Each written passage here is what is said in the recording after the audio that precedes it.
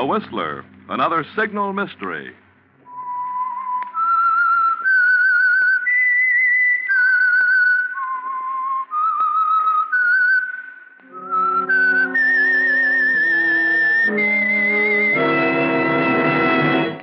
I am the Whistler.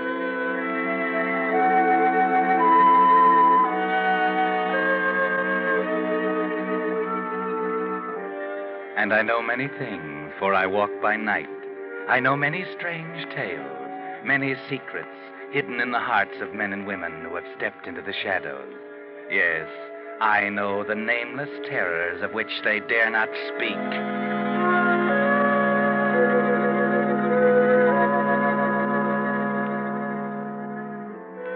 Tonight, the Signal Oil Company, marketers of Signal's famous Go Farther gasoline and motor oil, bring you another in a series of strange tales by The Whistler. The story of a strange and desperate crime, a crime so carefully planned it was practically foolproof.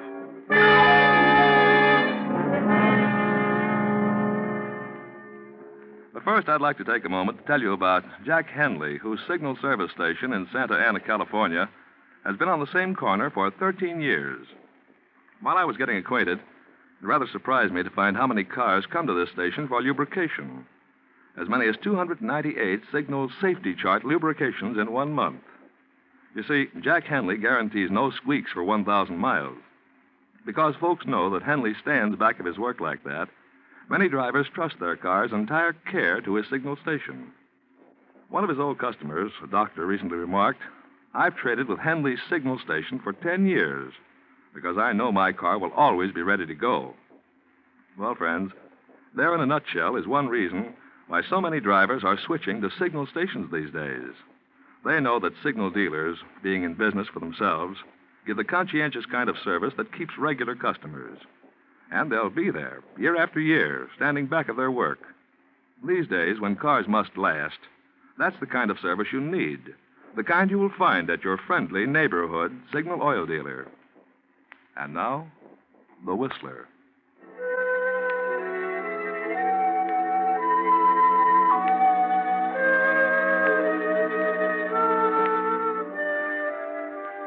Edward Bowman and Marco Lorenz are the proprietors of a popular little lending library in a quiet residential section of town. They cater to a highly respectable clientele, a clientele who might be surprised to overhear their breakfast table conversation this morning as they sit in the back of their shop, huddled over a crudely drawn diagram. The smoke from their cigarettes curls upward to hang like a cloud in the stream of morning sunlight. Suddenly, Marco, with a gesture of disgust, pushes the diagram aside. The whole thing is impossible, Eddie. They got the place locked up tighter than a drum. I told you was the guy who never gave up. Yeah. Here's $100,000 in negotiable bonds, and you want to kiss it goodbye. Listen, Marco, look at this diagram. Yeah. Now, look, here's the vault where they keep the bonds. Now, it's 5 yards from there to the door. Here is where we can cut the wires on the alarm system. See? Once we get inside, the job's a pushover. Sure, it's a pushover, if we can get inside. It ought to be. We spent 3 months casing the joint. But how do we get in? You couldn't blast through that door. And as for the windows, and I suppose you're going to shrink yourself down and crawl between the bars. Well, what's wrong with using a hacksaw? I already told you it takes too long.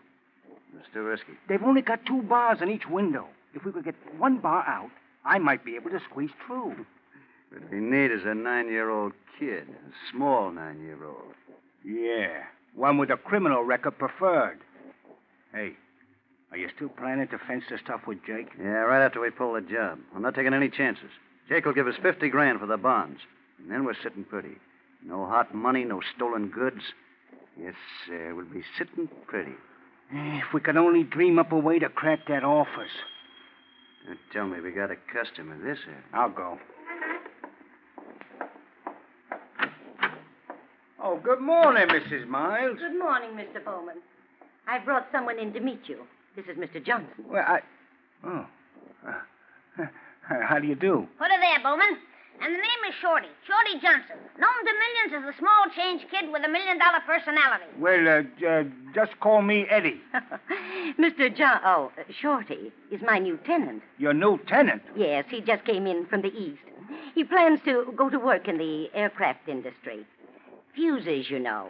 Fuselage, ma'am, fuselage. Yes, sir, Eddie. I walked out on a great theatrical career to come out to the West Coast and serve my country. A great career. You're an actor? Acrobat, my boy, acrobat. Played the palace for 8 weeks. Tumbling Tom Thumb, the world's mightiest mite. That's how they build me. But from now on, I'm taking my cues from Uncle Sam.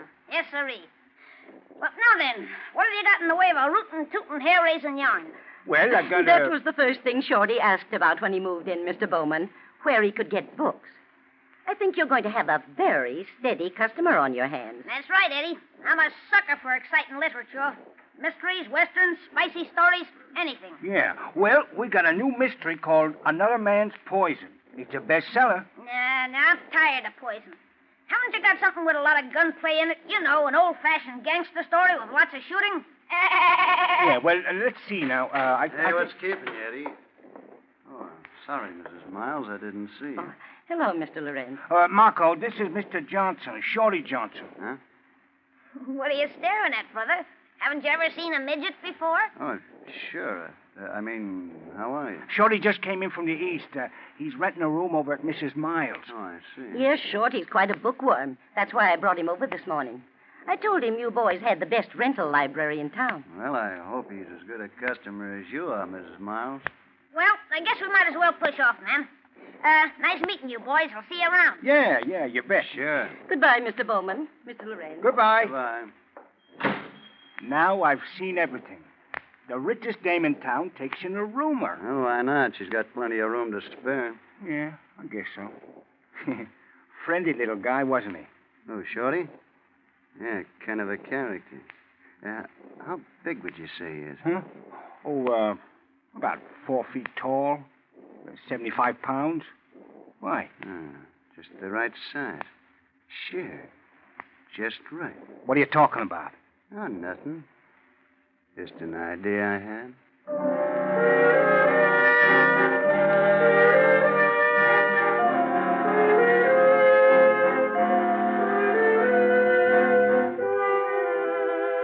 Now, what could Marco be thinking? Could it be how very fortunate it is? Just when they need a very small man to complete their plans, a midget walks in? But what kind of man is Shorty the midget? The kind who would listen to a business proposition? It certainly wouldn't seem so, as Shorty, just a few blocks away, spends a quiet evening at the home of his wealthy benefactor, Mrs. Miles.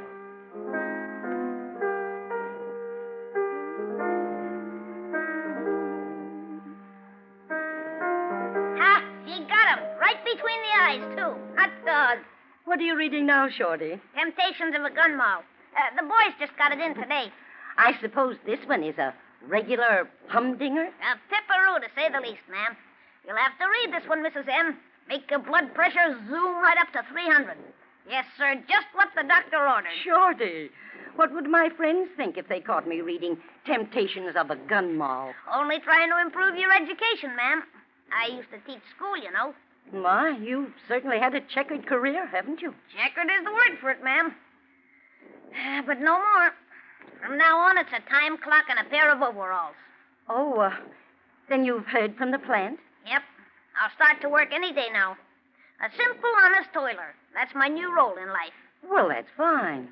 I guess it's about time I started paying you back for everything I owe you. Now, Shorty, we agreed not to talk about that. Why, goodness sake, you've been such a help to me. I don't know how I'll get along when you go to work.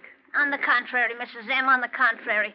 Having you fuss and worry over me makes me feel like, well, like there's someone taking an interest. You know what I mean? After 10 years of traveling around from one circuit to another, living out of trunks, feels pretty good to talk over your problems with someone besides agents and producers. Oh, you poor boy. It must have been terribly hard for you all those years. It wasn't easy, ma'am, especially for a fellow like me. Hey, listen here, young lady. Don't you know what time it is? 11:30. Come on now, come on, off to bed with you. Oh, not yet. Oh, yes, come on now. Oh, no, but I'm not sleepy. Now, none of your back talk, miss. Hurry up now. Scat. Oh, all right, you tyrant. Oh, I guess I'll take that book if you're through with it. Are you going to pass up Shakespeare tonight? Well, I think I ought to branch out a little. One can get in a rut with Shakespeare, you know. One certainly can. Well, good night, ma'am. Good night, Shorty. Oh, wait a minute. Yes? Aren't you forgetting something? The picture on the wall? The picture. Oh, the safe. I don't think that's really necessary, Shorty. No, yes, it is. You want to wake up some morning with your throat cut? Besides, you're liable to poke your eye out in your sleep with one of those rings. Oh, all right. But it seems so silly. I've never used that safe for anything but old love letters. Well, from now on, you're keeping your jewels there. You certainly need a man to look after you. I guess I have one. Well, you store your little trinkets away. All right. I'm going to curl up on the sofa with sagebrush destiny. All right. Now, let me see.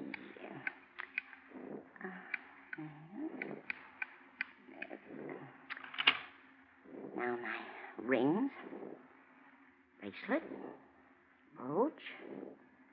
I guess that's all. Oh, my pearls. I almost forgot. There. Well, that's done. I hope you're satisfied. Good night, Shorty. Shorty. Why, for goodness sake, he's sound asleep.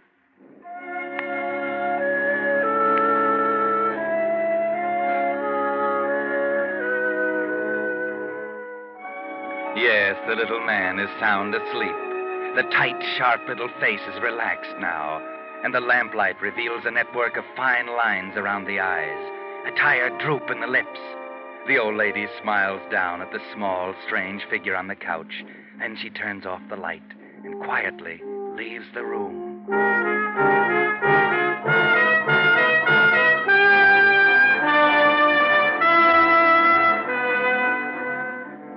But a few blocks away, in the back room of the rental library, there is no sleep, no rest. Eddie Bowman and Marco Lorenz sit facing each other across the kitchen table, their eyes narrowed, their voices raised in an excited argument. You're crazy. You're crazy, Marco. You're off your nut. We can't get away with a thing like that. What do you mean we can't? I got it all worked out. Shorty's room is in the back of the house, and he's got a separate entrance. And the old lady sleeps upstairs in the front of the house. That's right. Drive over there tomorrow night, about midnight, when the old lady's sure to be in bed. Oh. She won't hear a thing. We get Shorty first. He'll come easy. Yeah. The thing is a cinch the way I got it planned. Okay. Now, look. We give Shorty the combination to the vault. Uh-huh. Then we push him through the window, and he cracks the vault. Yeah. Won't take more than 2 minutes. We get the bonds and take them right over to Jake. Uh-huh. 50 grand in cold cash, and the rest is smooth sailing. Yeah. And what about Shorty? He won't be any trouble. We got a nice barrel of cement for him. Only for him, it won't even take a barrel. Hey, no, Marco. Let's not get mixed up in anything like that. No one can pin a thing on us. We got a perfect alibi. A perfect alibi for the robbery, yeah. But what about the other? Okay, what happens when Shorty's missing? Old Lady Miles calls the police. Meanwhile, the police are trying to figure out how the bond firm was robbed. Well, they find out the midget's missing. Naturally, they put 2 and 2 together. And they find out he was a steady customer here, so they come around here and start pumping us. Sure. But they're not going to be looking for a body. They're going to be looking for an escaped thief. And we don't know a thing about it. The setup is beautiful. Absolutely foolproof.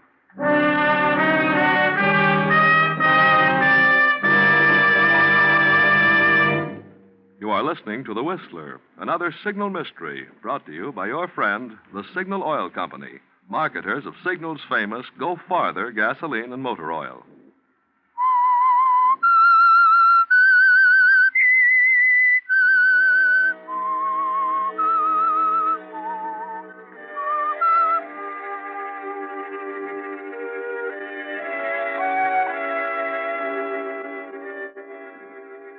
So Marco and Eddie, partners in the business of lending books and borrowing other things, have decided to add a third and unwilling partner, but only for a very short time. Tonight is the night, and they've driven out to the home of Mrs. Miles to pick up their intended victim, Shorty the midget, at his private entrance in the rear of the house. Shorty. Hey, Shorty. Funny, there's a light on. Shorty.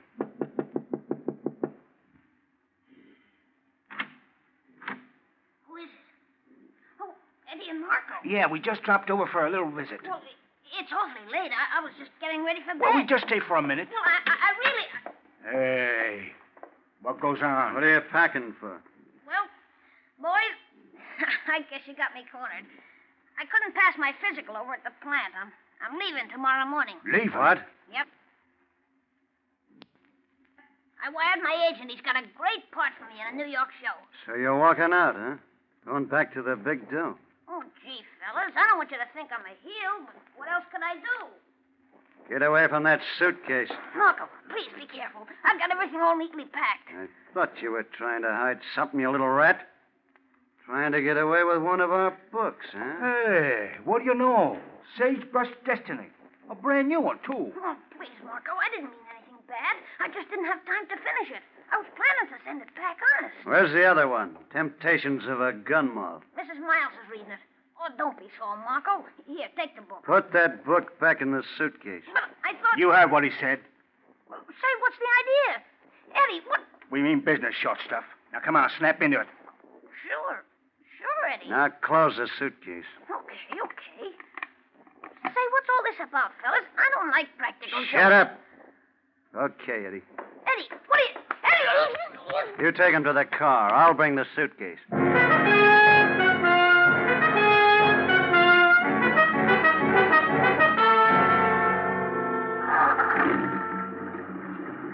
All set. Move over, Shorty. What are you guys up to? Is this some kind of a joke? Shut up! Well, things are working out better than we planned. Yeah, you're leaving town at a very convenient time, Shorty. Very convenient. What's all this about, fellas? I haven't done anything wrong. I don't like this, Marco. What's Eddie doing with a gun? Never mind about the gun. Just keep your mouth shut and your eyes open, and you'll be all right. I don't like this, Marco. Let me out, please. I said keep your mouth shut. But where are we going? Might as well tell him now, Marco. Yeah. Ever hear of the J.M. Donahue firm? Stocks and bonds? Yeah. That's where we're going right now. But what for? For 100 grand in negotiable bonds. You're crazy, Marco. You can't get away with a thing like that. Oh, yes, we can. With your help, short guy. What are you talking about? The only way to get into the place is through a window. And that's where you come in. No, I won't do it. You can't make... You'll do it all right, my friend. You want to keep healthy.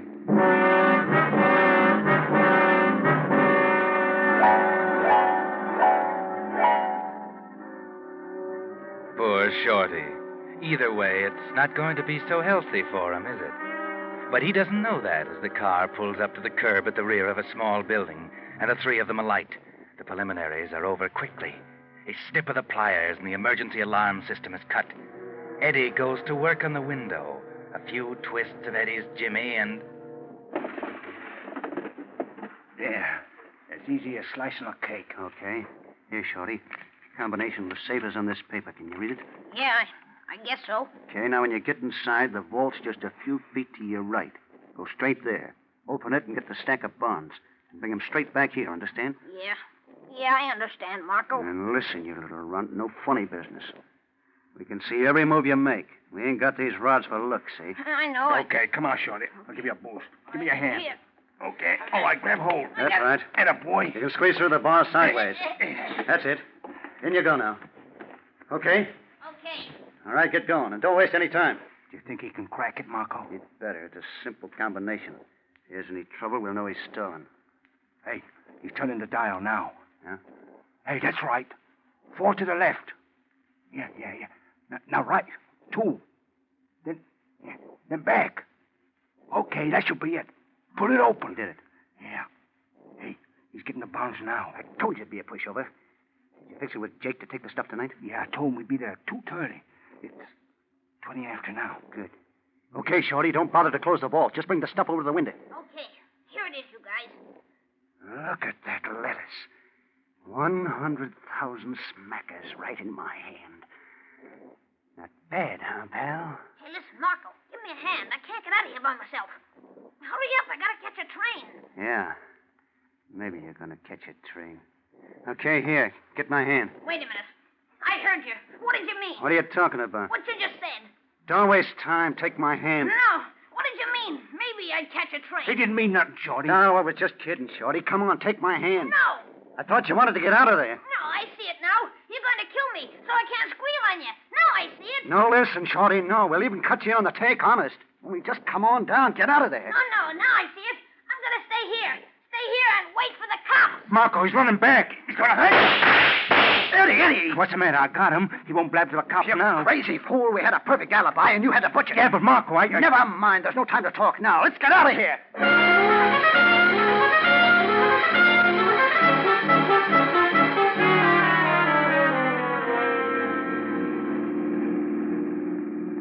But, Marco, they can't pin anything on us They now. can't pin anything on the midget, you mean? We'll find his body in there. And then they're going to start looking for the guys who stole the bonds. Only now it won't be just a grand larceny rap. It'll be murder. I'm sorry, Marco. I must have lost my head. I thought if he got into that vault and hid... We could have gotten him out some way, given him our guns, given him half the take, something. But now... Well, what are we going to do? I don't know, but we got to get another alibi quick. Yeah. Hey, how about this? Suppose we just walked into the police station, see? And told them we heard gunshots near there, see? That ought to throw them off our trail. Yeah, it might work. It's dangerous, but we got to do something. I guess we better take a chance. Only come on, we got to get this stuff over to Jake's first and get rid of it.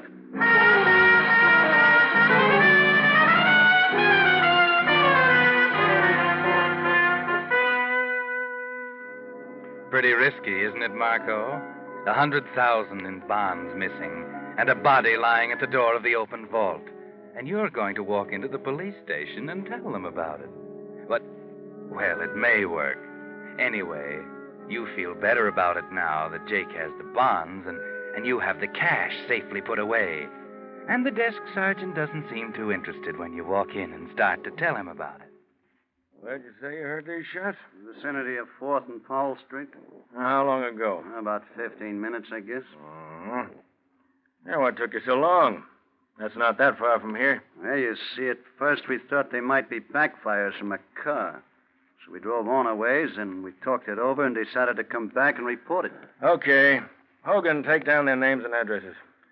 Okay, Bud. You first. Huh? Come on.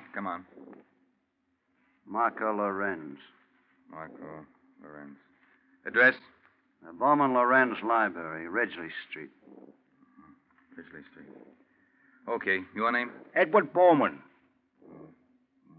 Address? Same as his. Business together? Yeah. Is that all? I guess so. Just a minute, boys. You say you run the Bowman Lorenz Library? Books? Yeah, that's right. Mm-hmm. What were you fellas doing driving down near 4th and Powell Street this late at night? Well, you see... You see, we were going on a vacation. We wanted to get an early start. You know, miss the traffic. Yeah, I see. Yeah. We even got our suitcases out in the car. Oh. You even got your suitcase in the car, huh? Hogan. Yeah?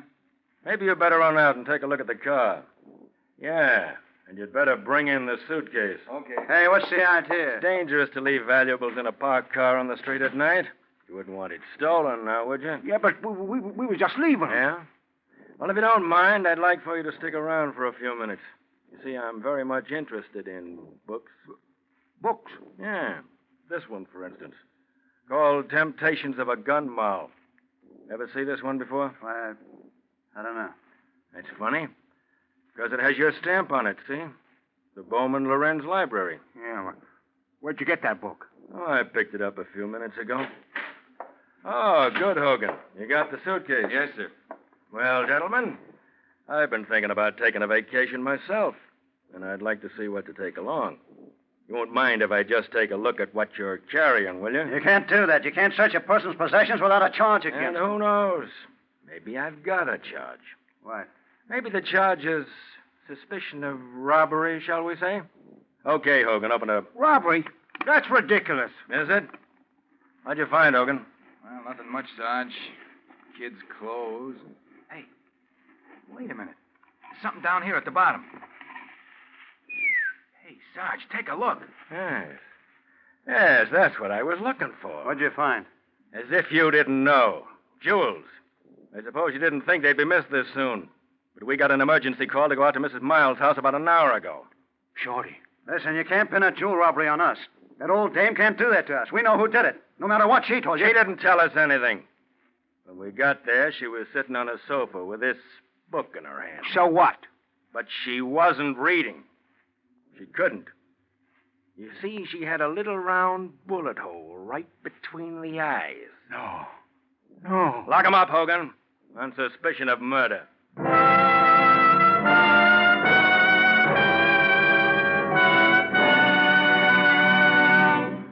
Now, in just a moment, the Whistler will return to give you the ending of tonight's tale. But first, let me give you a life insurance tip for your car. The youngest cars on the road today are 3 years old. Most are much older. Vital parts for many of these cars can't be replaced. And when one irreplaceable part wears out, the whole car stops running. Uncle Sam says that 1 in every 12 cars will break down and go out of service this year. To help prevent that happening to your car, your Signal oil dealer takes this double precaution when he lubricates your car.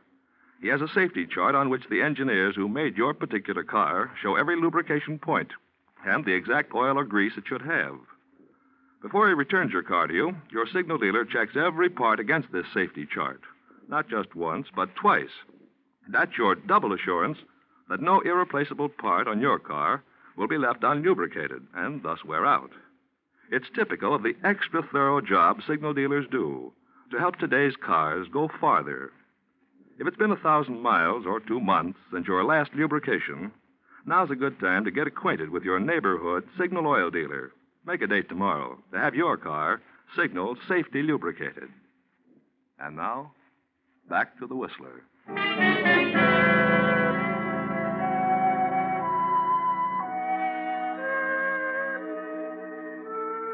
Well, that was quite a mix-up, wasn't it? For a crime that was supposed to be foolproof. What Eddie and Marco didn't know was that Shorty pumped a bullet into Mrs. Miles and was getting away with her jewels when they kidnapped him to help them rob the security office. Yes, Shorty killed Mrs. Miles. Eddie and Marco shot Shorty. And now they'll die for the murder Shorty committed. It all came out even, didn't it? Well, no, not quite. Because, you see, in the hospital ward, the doctor bends over a still small figure. He shakes his head. Shorty Johnson will live. The shots Eddie fired didn't kill him.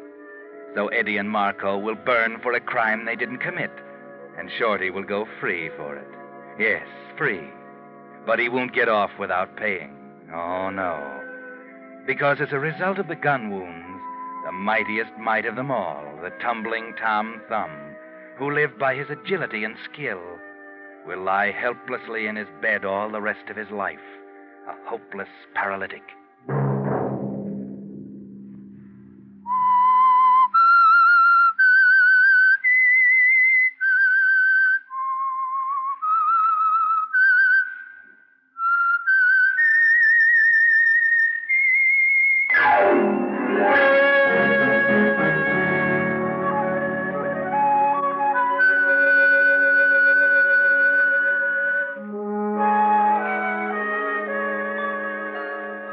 The Whistler is broadcast for your entertainment by the Signal Oil Company, marketers of Signal's famous Go Farther gasoline and motor oil, and your neighborhood Signal dealer, at your service to keep your car running for the duration.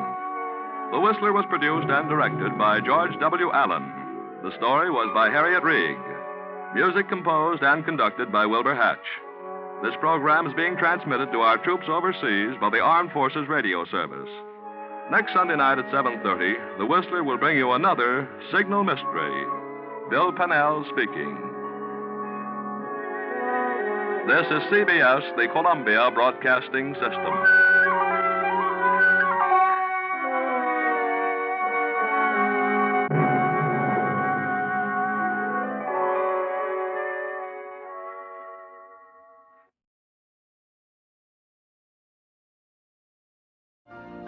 You've been listening to the OTR Gold Network. Find more classic radio at otrgold.com.